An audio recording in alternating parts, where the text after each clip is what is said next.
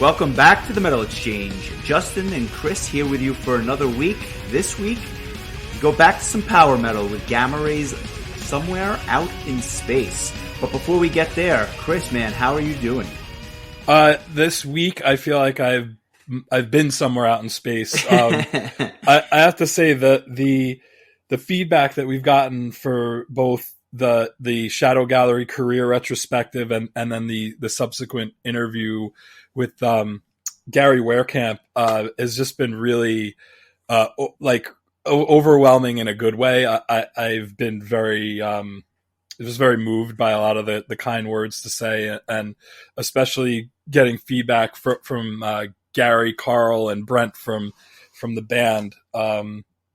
And I just wanted to say thanks again to them, and also thanks again to Amy and Nick for making the recommendation in the first place and kind of having the whole thing come to fruition. So just a big thanks to everybody that's shared it or gave it a positive word or whatever. We're super, super appreciative of it, and we've been definitely riding a high because of it so far this week. Yeah, no question about that. Obviously, we appreciate all the support, and we have fun doing it. But we're just fans. So when we get feedback from the band themselves, that was really, really, really nice. And quite frankly, it was really nice to hear from a lot of new people that have found their way to the show. We appreciate that. Keep the recommendations coming. The engagement on social media, the positive reviews, all of that stuff helps other people find the podcast. So we really, really sincerely appreciate that. We would ask you to keep that coming as well so that other people can find it, and we'll do our best to continue to promote it as well. We had a bunch of recommendations come in this week, actually, and we would like some more because we want to do and cover what it is that you want to hear. So keep them coming. I do want to read one review that we had this week. Ironically, it comes from Dr. Steen 21. So I think that Dr. Steen 21 will definitely appreciate this week's episode, obviously, which will focus on Gamma Ray and Kai Hansen. But let me read. I hope that he's done the prerequisite listening to Halloween that would deserve him to have a screen name of that ilk. So that I mean it takes some guts. I'll tell you that. I'll tell you that much. But what he says is this: he says, "Metal Warriors unite! This show truly rocks. Chris and Justin lead with their genuine passion for all things metal and cover a wide range of bands, new and old, week after week, offering unique insights, personal experiences, and enough off-the-wall tidbits to earn you some points in your next game of Trivial Pursuit Metal Edition." And if there was a Trivial Pursuit Metal Edition, I definitely would get my hands on that. These guys live and breathe their music, and the excitement is palpable. As a somewhat casual metal fan over the last 25 years, this show has helped me revisit some of my favorite albums of all time, while also expanding my horizons to dive into bands and albums I never gave the time to, or in some cases had never even heard of. I also enjoy their weekly hot takes on new music to check out before they dive into their album of the week. If you enjoy metal, this show is for you. Truly, truly kind words from the king of furry creatures, so we appreciate that. Actually, this is kind of interesting that we're doing this Somewhere Out in Space album, because I do believe Dr. Steen 21 used to moonlight as an alien in Ralph's backyard. So this is really going to be I think this is really going to be up his alley.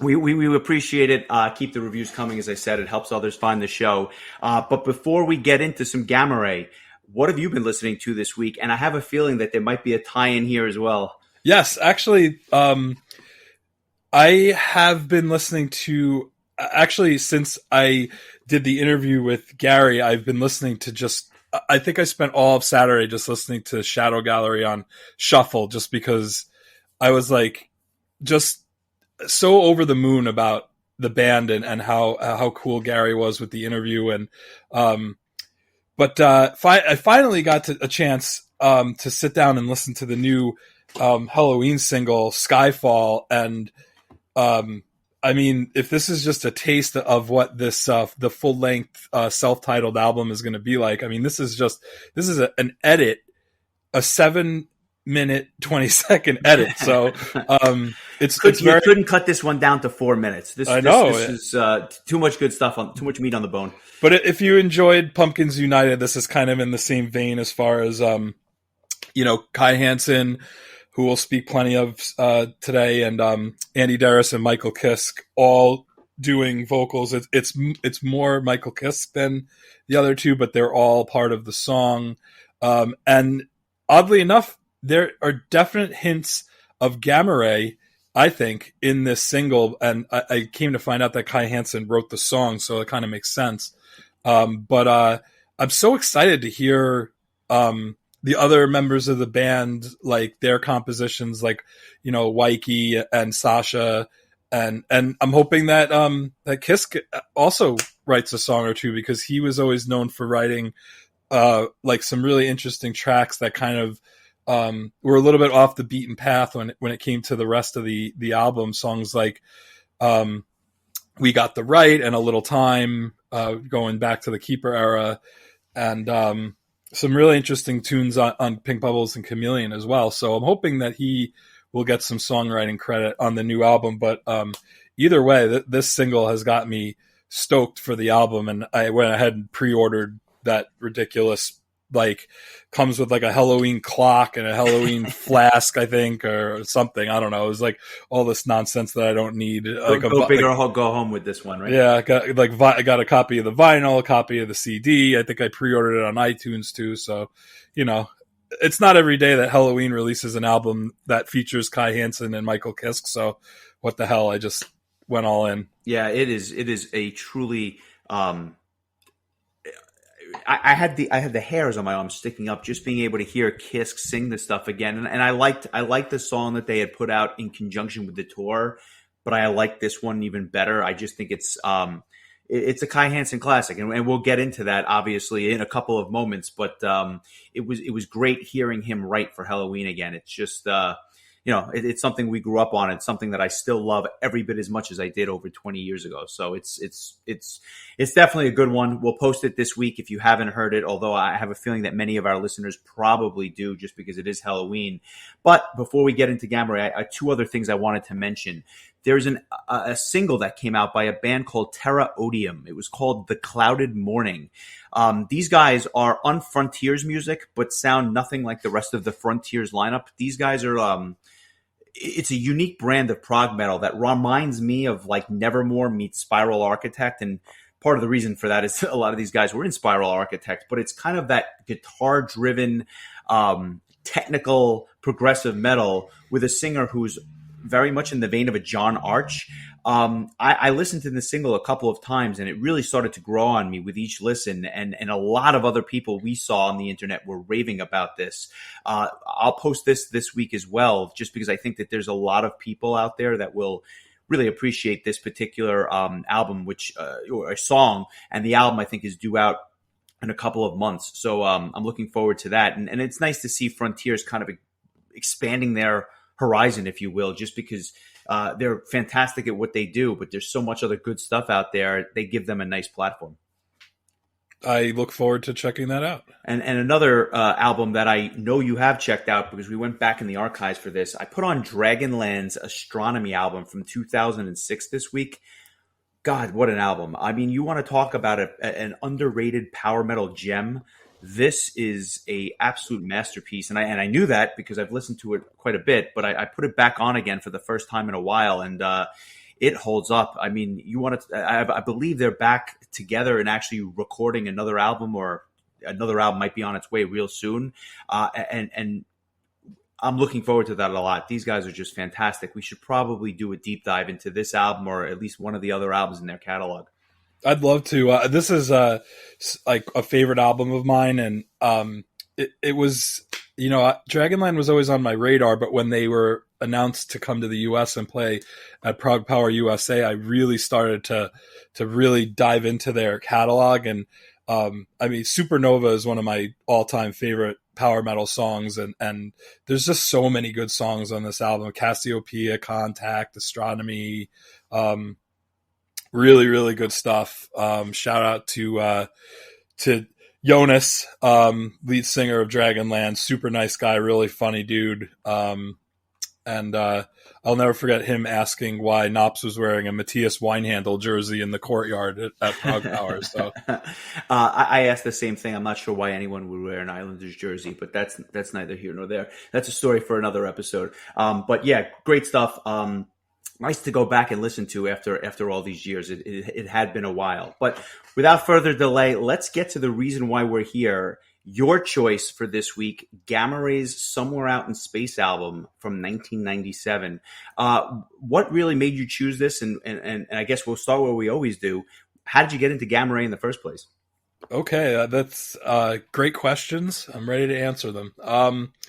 So the reason I chose this, as we were doing our Shadow Gallery episode, I had not actually chosen anything yet. I'd just been spending so much time focusing on Shadow Gallery and really trying to nail down some of the stuff that I wasn't as familiar with. I really focused hard on that, and I was like, you know what, something will come organically, and it didn't. And then finally at the end of the podcast, when we were telling the story about seeing Carl, Kat, and James at the Gamma Ray concert, that's where it kind of struck me like, hey, have we done a Gamma Ray episode yet? And I realized we hadn't. And I know that probably Land of the Free would be what you would assume I was going to choose, just because I think like that's probably their most popular album, if I had to guess. But I've always really had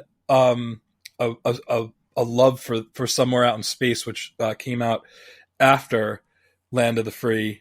So that's kind of why I chose it. My knowledge of Gamma Ray is interesting because when we, in the mixtape era, when we were starting to get into all this kind of stuff,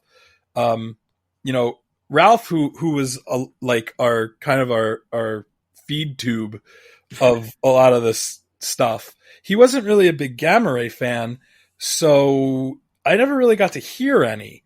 All I knew is that Kai Hansen had left Helloween to start Gamma Ray. But it was Pat who, I'll never forget, said to me, like, if you haven't heard Land of the Free, you have to listen to this album.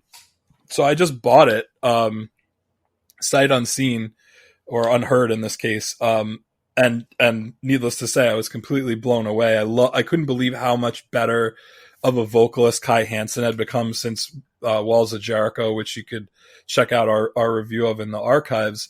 And so naturally, the follow-up, I mean, at the time, Somewhere Out in Space was their most recent album. So I believe Pat actually got me this album and gave it to Ralph to give me, and Ralph gave it to me at the beginning of the school day, I remember, and I had it sitting in my locker all day, and I was just waiting to be able to get home and listen to it. But at the time, it was their Power Plant hadn't been released yet, so this was their latest album. And I never really went back and listened to anything before Land of the Free until much later on. So for a time, Land of the Free and Somewhere Out in Space were pretty much my only knowledge, or at least deep knowledge, of Gamma Ray.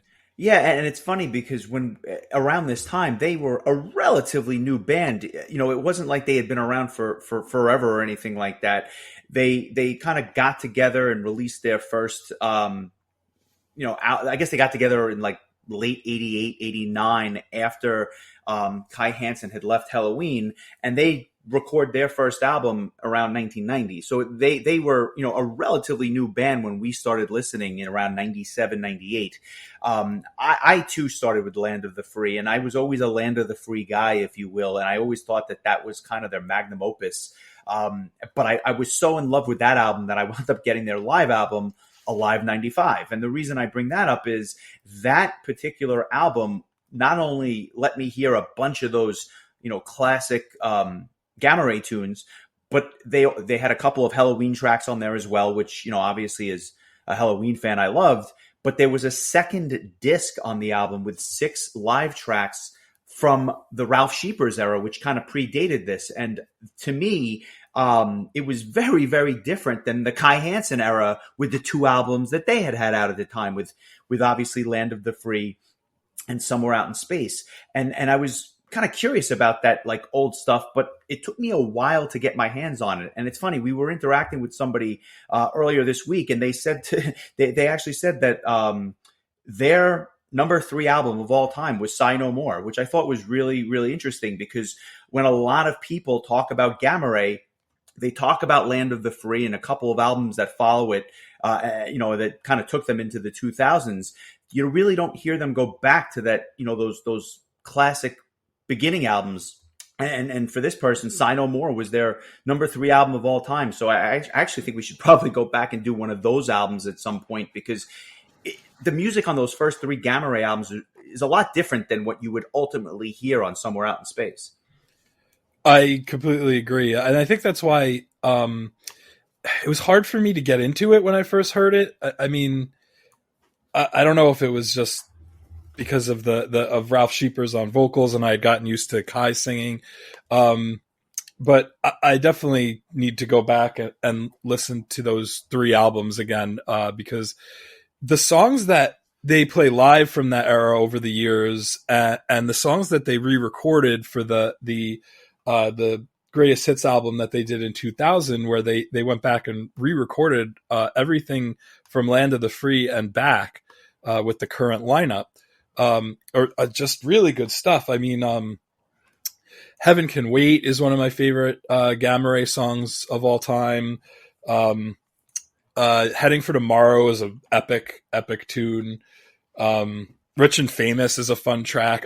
There's a lot of good stuff. So yeah, I agree that the older era, the Scheepers era, as you said, of Gamma Ray is definitely worth going back into and checking out. I mean, Uli Kush was the drummer on the second album, Sigh No More, and he would later go on to drum with Helloween for a while. So there's a lot of tie-ins between Gamma Ray and Helloween. Obviously, Kai Hansen being the main factor. So yeah, I agree.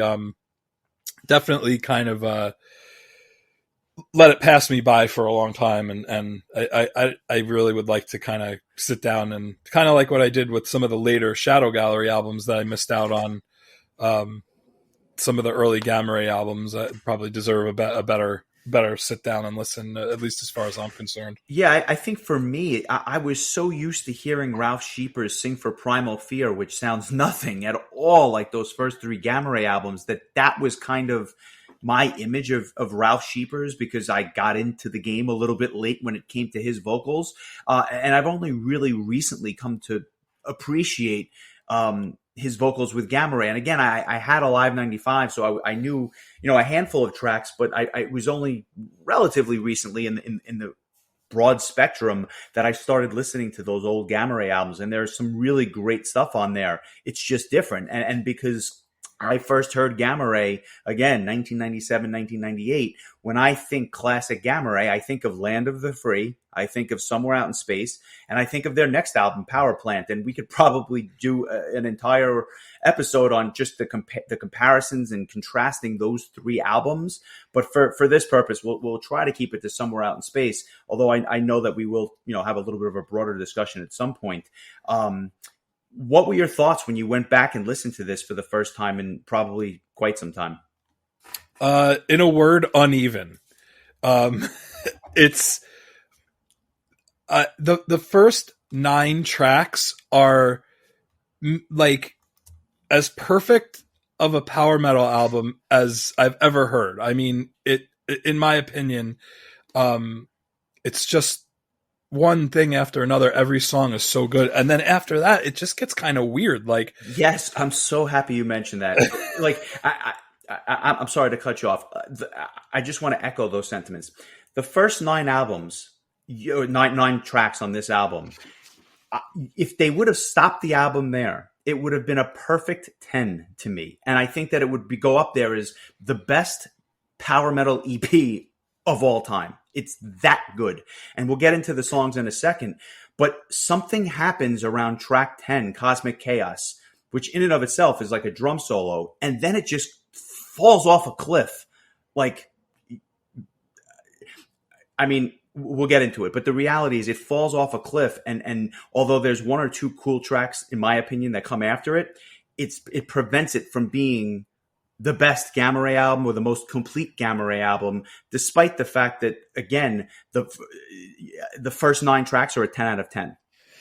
It almost makes you wonder if maybe if the tracks were ordered differently, if it would make a difference. But it's just odd. It's just like, and if you look at the songwriting credits, you could kind of see why, because Kai Hansen writes the majority of the music in the first 9 songs, and Henjo Richter, who had just joined the band, this is his first album with Gamma Ray, and he's still in the band to this day.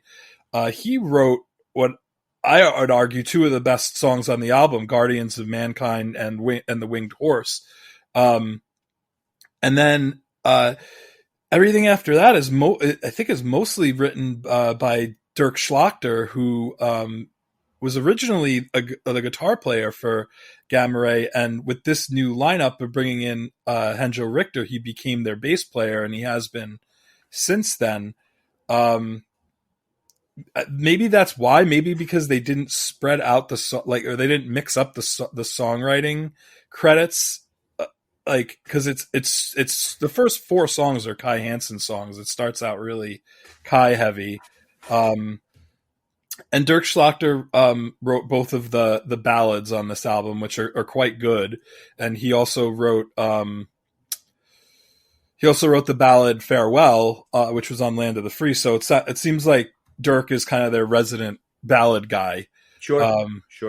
But Lost in the Future is like Cosmic Chaos, like he says, this drum solo, Dan Zimmerman, who's also making his debut with the band.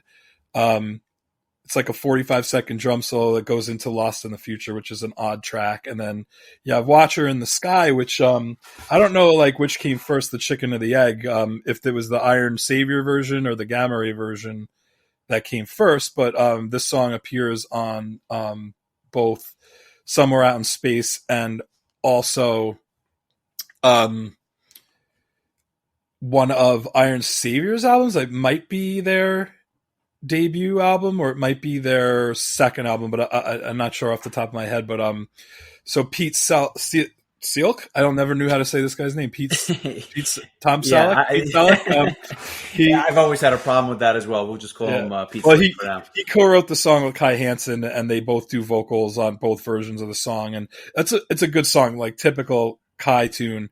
And then you have the Rising Star instrumental going into Shine On, which is kind of a ballad. So I guess for me, it's really just that like the whole like Lost in the Future song kind of just like stops the album dead, in my opinion, because it's just going on so strong. And then all of a sudden, you get this like drum solo, like you're at some sort of like power metal concert and everybody else wants to go out for a smoke. And, so yeah, I mean, maybe I overstated saying like the album drops off severely after track 9, because I think it's just that one song is kind of the low point of the album.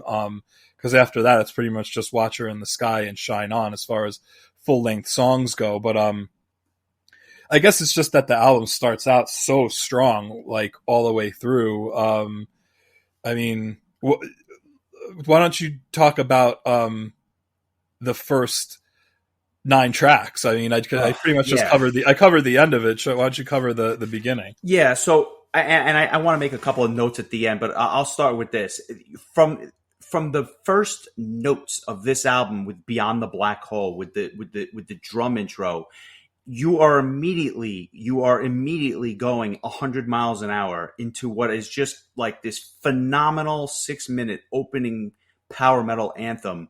And let's just take a step back. The entire lyrical themes on this particular album, aptly named Somewhere Out in Space. You have Beyond the Black Hole is about traveling into the unknown with like black holes.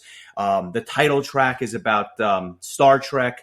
The landing and going into the Valley of the Kings is about the arrival of aliens on Earth. I mean, this is not like the most the deepest of topics here, and it's kind of a really stark contrast to what we were talking about last week with Shadow Gallery.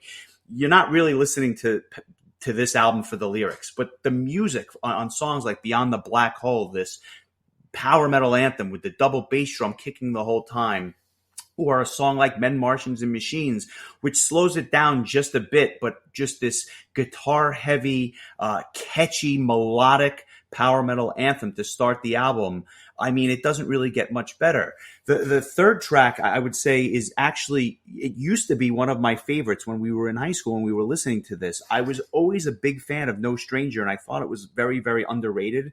It's a slower track, and it's almost a power ballad, but not really, especially when you hear some of the actual ballads that come after this. But those three tracks, I just thought were the perfect introduction to the title track, which is, to me, the best track on the album. The title track it's perfect. It is one of my favorite power metal songs. I'll tell you right now, it's my track of the week. The way that they're able to go from 100 miles an hour to slowing it down, and then speeding it back up again, it almost reminds me of like a Dragon Force track, with the way that they're just going like so fast. But the catchiest chorus, blistering guitar solos, and Dan Zimmerman's performance on that song was enough to make him one of my favorite power metal drummers when I was younger, just because I couldn't believe that somebody could play like that.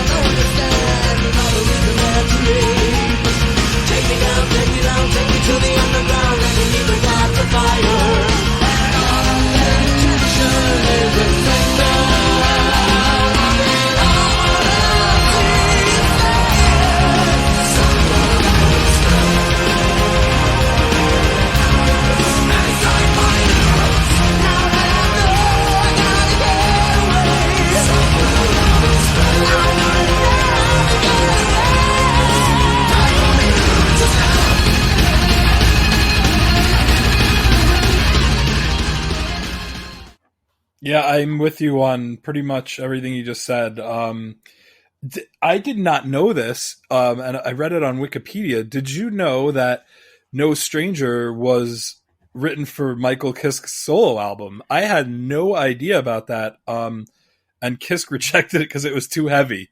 Yeah, it's so funny because, again, I'm calling it a power ballad. You know, you got to go back to a lot of that Michael Kisk solo stuff.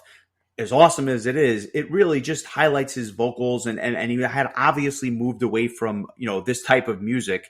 That was obvious. I mean, it was remarkable that he got him to sing on the stuff on Land of the Free, because obviously he does Time to Break Free, which is a lot heavier than No Stranger. So it's interesting to me that he was able to get him, but they go back a long ways, obviously. But yeah, No Stranger was supposed to be on one of Kisk's solo albums. It's just they saved it for this, and I thought it was a nice segue between, again, Somewhere Out in Space and Men, Martians, and Machines, which is just this catchy, short, catchy song that they have. But yeah, we talk about the first 9 albums. I would say the first 9 tracks, the first 4 tracks for me are just perfect, literally perfect. I wouldn't change a note of it. And I'm glad you brought up the Guardians of Mankind. I never was a fan of the song. For some reason, it never really grabbed me. Although this time around, kudos to Henjo Richter. It's a gem, and I just think I appreciated it more having revisited it. I was never a fan of the track back in the day, if you will, but it's a really, really good track. Yeah, you were always more of a Dude Love guy, and I think that's why. I always loved this song, and I still do. I think it's such a great introduction to Henjo's songwriting as a new member of Gamma Ray. He just gets right in there, and what a great little tune! Awesome chorus. He really, I think he really utilizes Kai's vocals here really well. Big fan of this song. I think it's really, really good, and then it follows up by this intro, The Landing, which is like the intro to Valley of the Kings, and talk about another absolute classic Gamma Ray song. And I remember them playing it when we saw them at Gramercy at that show that we mentioned earlier that Carl Cannon James attended, and I remember being so happy because, at that point in time, you don't know how, like, what old stuff's going to get hit on when you're that deep into a band's career. And when they busted into Valley of the Kings, I was so excited. It's right up there with Somewhere Out in Space as just a all-time classic gamma ray, power metal, just, fast guitars, just a real ass-kicking song, in my opinion. Yeah, I totally agree. It is another, and again, it's another one of those fast power metal anthems. It's just it's perfect. And I say to myself, I don't know why or how Kai Hansen was able to do it, but he just, I mean, the entire start of this album, or at least the songs that he had written, they're up there with many of his Halloween classics, which, I mean, we can go through them, but, Ride the Sky, Twilight of the Gods, March of Time, I'm Alive, Halloween. These are all, I Want Out, and I'm sure I'm missing others, but the Future World, these are all Kai Hansen tracks. So the track record is there. He is one of the most gifted songwriters in all of, forget power metal, of all of metal. And in my opinion, if you had a Mount Rushmore of power metal, he's there. And you had mentioned this earlier. His vocals had improved so much over the course of 10 years. He actually sounds really good on this album. And I don't think that anyone would say that he was a great vocalist when he was singing on Walls of Jericho. But, 10, 12 years later, he sounds good. Again, nobody's going to mistake him for Freddie Mercury, but he's a good singer, and he fits the music really well, especially at this point. Yeah, I agree with you. Kai Hansen is and always was a songwriting dynamo. I mean, he wrote a lot of Land of the Free and you could pick out, even if you weren't looking, and I said pick out the songs. If I had to say there were 4 songs on this album that Kai Hansen didn't write, I bet you'd be able to guess them just based on his songwriting style and just how his songwriting just outshines a lot of other people's songwriting. And it all sounds so different too. It's not like it's all the same formulaic stuff. I mean, he's got, like I said, he's got slower songs like No Stranger, blistering fast songs, and it's just, he can do it all. He's perfect. I mean, listen, go back to the Halloween stuff. He does it there too. He's got long anthems, songs that are over 10 minutes long. Then he's got, these quick hits like I'm Alive. I mean, it doesn't get any better as far as I'm concerned. Not in power metal anyway. And circling back to this upcoming Halloween album that Kai is going to be a part of, I think I mentioned it back on the Walls of Jericho episode. Geez, what was that? Like our second episode? Yeah, way back. I'd mentioned that like for me, Kai Hansen and Michael Weikath are the greatest songwriting tandem in power metal history. So all the more reason I'm so excited for this Halloween album, because this is the first time we're going to see the two of them, co-writing songs together on an album since 1988. So that's reason to be very excited. And to just kind of fill in the rest of the album, you have this, Pray, which is a definitely a power ballad that, like I said earlier, Dirk Schlachter has proven his salt as a really excellent songwriter when it comes to ballads. This is a really nice song. And then comes my track of the week, The Winged Horse. This song is ridiculous. There's a young man chained on a stake, lifeless body, he has no strength to break. His shirt is bloody, his head is hanging down. To such die, a lunatic is crowned. The wind howls through the emptiness, a different sound as in the past, screaming echoes in the rain. Oh, big children from the pain.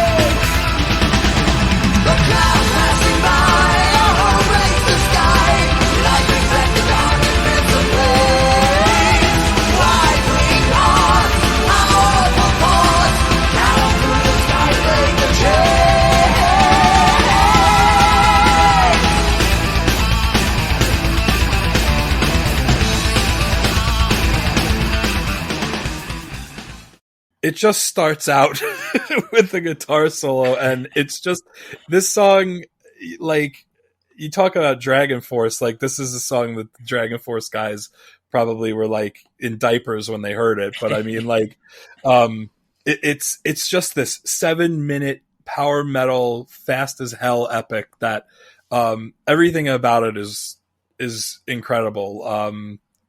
I just love this song so much. I'll give credit where credit is due. You have been hyping this song for almost 25 years, but you're consistent, if nothing else. Like, if you would have said to me, pick Chris's song of the week, I knew it was going to be The Winged Horse. I have it written down already. I didn't need you to actually say it, but I'm glad everyone got to hear it. But you're right. This song is fantastic. And you want to talk about Hendjo Richter's songwriting.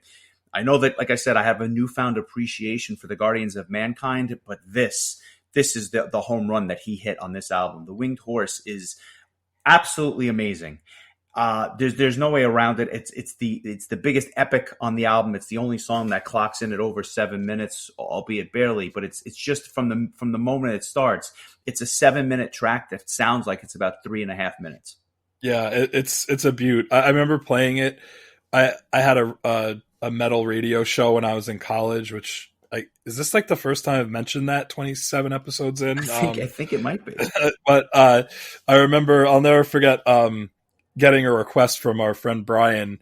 He would make these little masterpieces using Microsoft Paint, and he sent me a picture of Mike Tyson, and it just said, play The Winged Horse or I Will Eat Your Children, or something to that effect. Oh, and I remember being in the studio just laughing hysterically and thinking to myself, well, can't really say no to a request like that. So so I played The Winged Horse, and yeah, just to this day, like, I hear that song and talk about a song that's just gonna just amp you up and get you, like, if I worked out, I would work out to this song. Yeah, and you'd probably be you'd be able to lift that much more.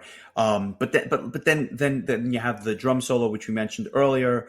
Lost in the Future, which to me is my least favorite track on the album. I'll say it that way. I don't think it's a particularly strong tune. It does make me laugh when they bust into the "Oh Susanna" guitar solo. Yeah, towards the end of the song. it is out there, right? I mean, like, it's that, I'll be honest, that's my favorite part, just because it's something I can certainly relate to. But, like, it's I don't know, it's just not my favorite track. Watcher in the Sky, as you mentioned, I am not a huge Iron Savior fan. I don't know much of their stuff, so I will put that out there. Maybe I should go back and listen to it. And hey, if I'm missing Iron Savior, or it's a void in my personal knowledge, hit us up. Let me know. I'll take the heat. I've never been a huge fan of the band. And then I'll say this: Shine On is a particularly interesting track. When I hear that, it reminds me so much of another band. I'm curious to see if you can guess who it is, because to me, that song sounds like it should be on the album of another band. But can you guess who? That's an interesting thing. And there's no real relationship here, other than Dan Zimmerman, but he didn't write the track. I guess Freedom Call, since you mentioned Dan Zimmerman. Yeah, it was kind of a hint. Shine On sounds like it should be on one of those early Freedom Call albums, at least to me. Just the way that the song is structured, I actually like that tune a lot. And I think it's a strong way to kind of finish up the album. Even though it loses me towards the end, I actually think that that's an underrated tune. I like that a lot. Wait, don't they have a song called Shine On their first album? Yeah, I think they do, but this is not it. That's very different. Yeah, but it is interesting that they do have something by the same by the same name. You're right. I believe you're absolutely right, and that's a fantastic tune. That one I know very well, as is this. But it sounds to me like it could have been on a Freedom Call album. Well, just as an aside, that was the first Freedom Call song I ever heard. Oh, no kidding! There you go. I do want to point out. First of all, I agree with you. I think this is a really nice way to tie a bow on this album. Is this really nice ballad? And Dirk, Dirk didn't write the final song Afterlife on Land of the Free, but that's also I wouldn't call it a power ballad, but it is kind of more of a slower mid-tempo song, and they chose to end Land of the Free with that. And with this is I like when a band can write a power ballad strong enough that it can finish off an album, and they do a good job with it here, and it's cool. It's actually, I never knew this, but lyrically it's about a theory that extraterrestrial life visited Earth long before people and planted the seeds of mankind and Dude Love and Cactus Jack. And I thought that was pretty cool. And you can, one thing I will say, you know, you were talking about the lyrical themes earlier. At least in this case, they were very consistent. Like almost every song has some sort of tie-in with extraterrestrial life and outer space and stuff. So in that way, I find that to be really interesting. But did you happen to listen to the Japanese bonus track, which is a cover version of Uriah Heep's Return to Fantasy? I was curious if you... I did, and I'll say this. The bonus tracks, I would say all three bonus tracks, but that one in particular, it's excellent. And I will also say I don't know anything by Uriah Heep. I'm familiar with the band, but unless it's a Uriah Heep cover, I don't know the band. But hearing that song, I probably should go back and check it out because it's really, really solid. Yeah, I'm a big fan of that song, and I think the other song I know by Uriah Heep is Easy Livin', and that's because DC Cooper covered it on his That's right. solo album. And I'll never forget when I was in college, I set an alarm for class in the morning, and I guess it was set to just some radio station, and I woke up and the original version of Easy Livin' by Uriah Heep was playing on the radio, and it was the first time I'd ever heard that version of it. So, but I love this version that they do of Return to Fantasy. And oddly enough, another college story, I used to put songs that I had on my computer into a folder in for my my copy of The Sims, so that if I was like going into build mode, instead of hearing like the boring game music, it would just play whatever songs I left in the folder, and Return to Fantasy actually was one of them. So when I hear it, I think of like building a house in The Sims and like, you know, moving furniture around and stuff like that. Because of all tracks that you would have chose that one, it's kind of ironic. You know what I'm saying? That's I mean, it's a great tune, and they also do a cover of "Victim of Changes" by Judas Priest, which obviously is a great song, and you know, it's two solid covers and a great. Another Kai Hansen tune called Miracle, which is also really, really good. Also found on their Silent Miracles EP. Yeah, and I think that was kind of like was that the one where it was like a slower version of Man on a Mission? It was almost like a yeah, it's like it's the same like lyrics and whatnot. It's really it's like really a medium paced version of it. Cool. It's you know, it's funny. We sat here. I listened to Somewhere Out in Space. Some of this stuff is literally as good a power metal as you can get. And I wanted to go back because I had opened by saying, you know, I was always a Land of the Free guy. And by that, I mean, I always found that to just be their magnum opus. So I went back and I listened to Land of the Free as well. And, you know, it still holds up. I want to say that it's really, really good. Now that album too, it's not a perfect album, and if we ever do a deep dive on it, we'll really get into it. But there's a couple of songs on there which are not as good as the rest, and so then I went forward and I went to Power Plant, which was the album that came out immediately after this. And I'll say this: it's not a perfect album, but but there are again some top notch power metal tracks on that disc, which, you know, few bands can touch. I'm curious, and I guess I'll put it this way.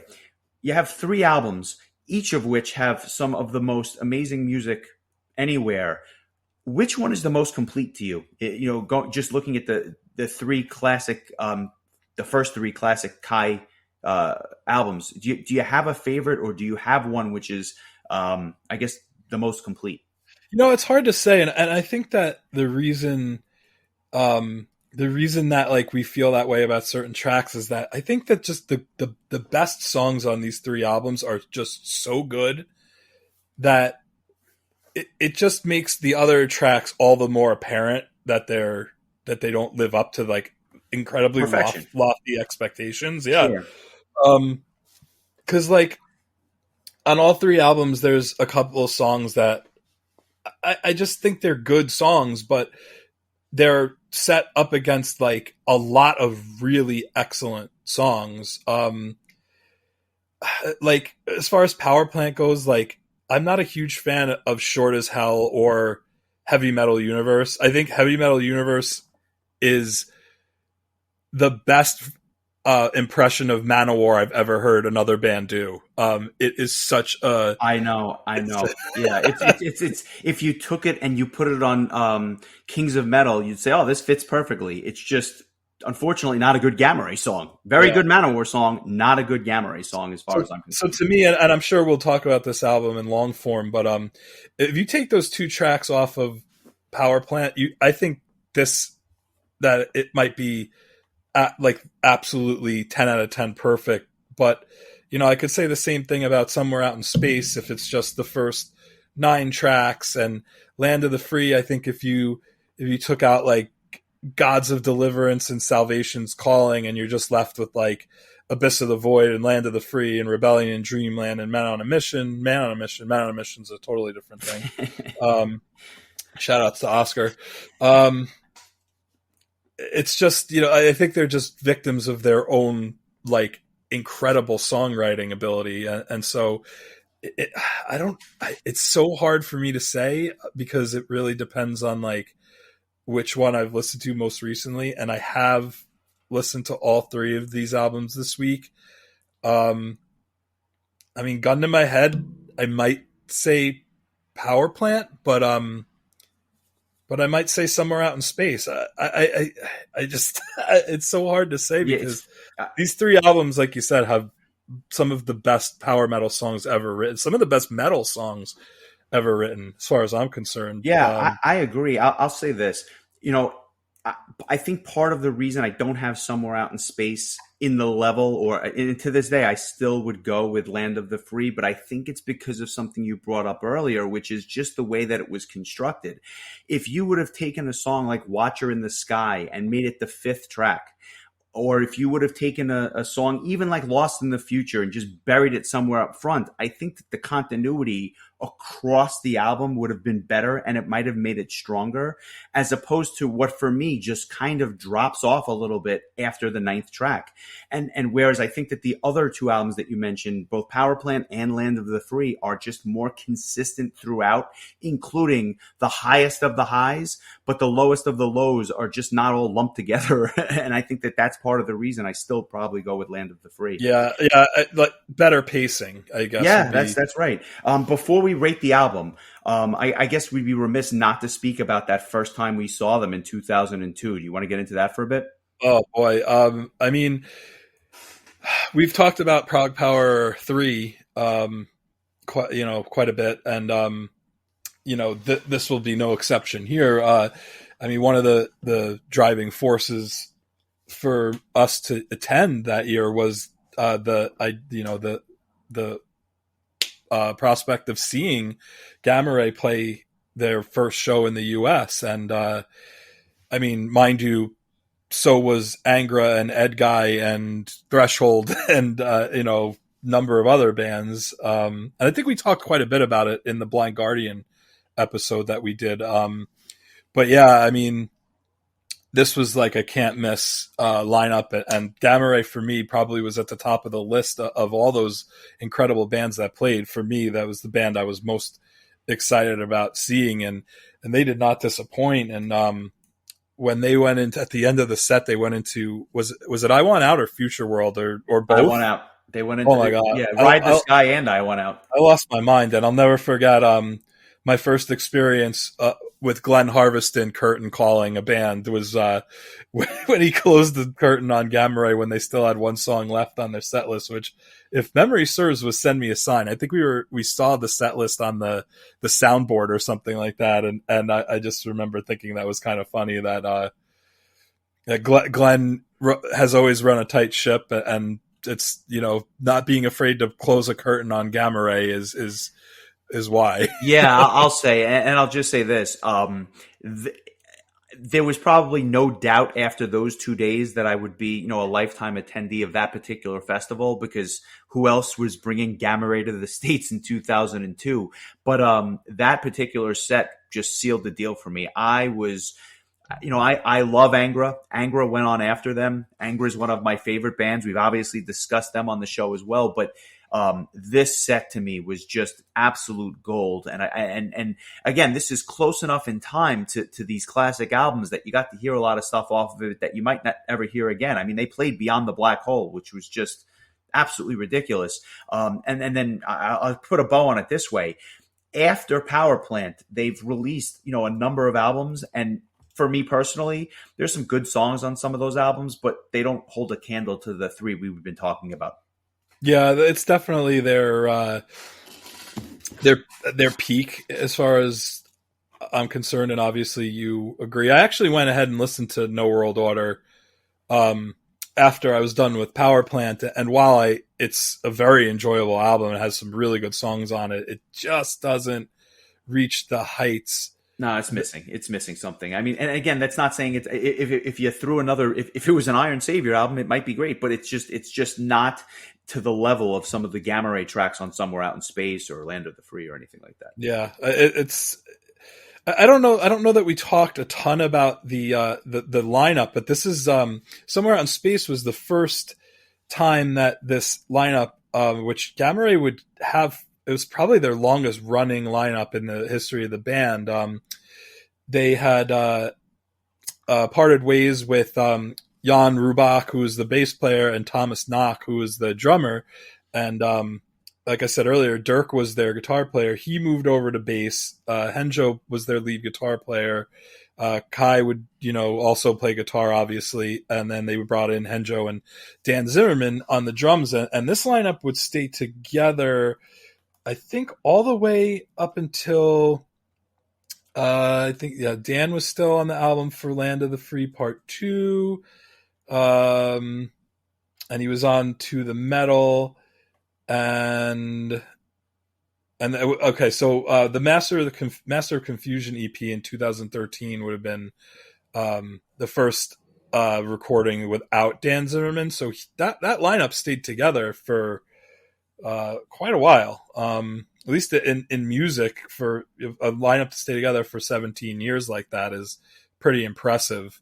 And I don't even think it was like musical differences or anything. I think Dan just retired pretty much. Yeah, because he never did anything else as far as I know. He just kind of just hung it up. And to be fair, the last 8 or so years, they actually brought in Frank Beck to actually do lead vocals, which I thought was interesting. And I remember watching their I guess it was their 25th or 30th anniversary show with you at your place, and it's just it was good, but it's different when you're not seeing Kai singing or even Ralph Sheeper singing, just to have some new guy come in and sing. And they've been kind of dormant for a number of years, both before that and then after that show. So it was a little bit different, and it's nice to go back and hear some of the classic stuff, because that's what I'll always remember them by. Scale of 1 to 10, what are you giving this album? To me, I would probably have to give it I'm wavering between a quarter of a rating. Okay. But I would have to give this, I'm going to go with, I'm going to split the difference. It's a 9.375. Okay. Why were you wavering between the 9.25, 9.5? I don't know. I mean, 9.5 is like rarefied air, and I feel like had it been, like I said, those first 9 tracks and then maybe Shine On at the end, it would probably be a 10.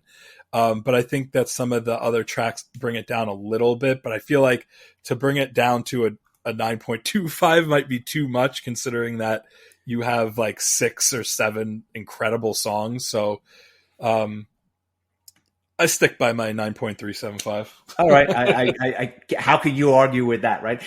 For me, it's an 8.75, and I wanted to give it the 9. But the drop off just of 3 or 4 songs in a row was just too much, despite the fact that there's perfection on this album. It's just not all the way through, and that's why I have to ding it. But I'm sticking with it. That's the rating, and we'll go from there. Which brings us to next week, and there's the requests, as I said, have been coming in, and we appreciate that. And I have a catalog of all these things, and we will get to all of them. And although it's not the first of the month, I actually want to hit another request that came in a while ago.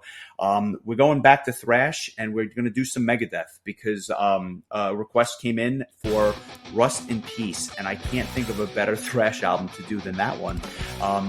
A, because I absolutely love it. B, because the request came in, and C, there's a lot to talk about here, a lot of meat on the bone, if you will. So we're going to do some Megadeth next week. Yeah, that's exciting because Megadeth has always been a band for me that I really like. As far as thrash bands, they're my favorite, but I don't really know like every song. Like I know the songs that you would expect that I know, Holy Wars and Hangar 18 and Tornado of Souls and Peace Sells and all the ones that were their bigger hits. So for me, like this is definitely one of those albums where I could use some touching up, I guess, in my knowledge. So yeah, there's a void in your knowledge if you haven't heard some of that early Megadeth stuff, and we'll get into the good, the bad, and the ugly. But the reality is, I thought it was a perfect piece, especially on kind of the Anthrax album that we did was not so long ago. This comes out 3 years after Among the Living, and I just think it's a really interesting time in Megadeth's career for starters, and just thrash metal in general, because it's kind of a turning point for the band in a number of ways. So I look forward to that, and like I said, I look forward to listening to some new music this week, which we'll certainly talk about before the show next week. Absolutely. Would you say Rust in Peace is Megadeth's most well-regarded album, or do you think it's very like mixed to what people choose as their favorite Megadeth album? Well, we will get into this more next week, but I think that by and large, it's considered by many, not necessarily me, but by many, to be their magnum opus, just because of some of the standout tracks on that album. But like I said, we'll definitely get into, and I look forward to hearing your opinions on some of the lesser known tracks that people don't necessarily think of first when they think of Rust in Peace, like Five Magics and stuff like that. But again, to be continued another day. So with that, thank you so much for listening. We really appreciate the support. We look forward to bringing you some more next week. And go back, if you're new to the show, go back into the archives. There's some great stuff there as well. And hit us up on social media if you want to engage us. We look forward to it. Yep, I mirror those sentiments. And also thanks to Mike for making the request for Rust in Peace, and we apologize for it taking so long. But there's just been a lot for us to cover, and things have come up, and I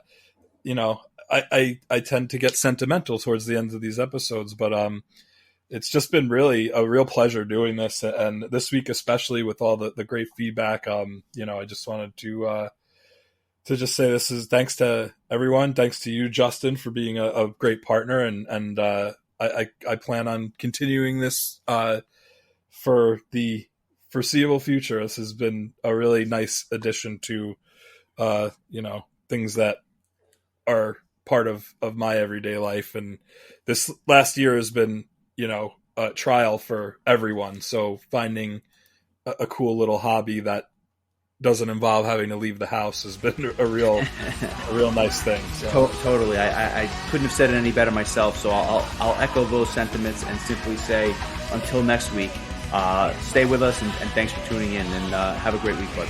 You too. Take care.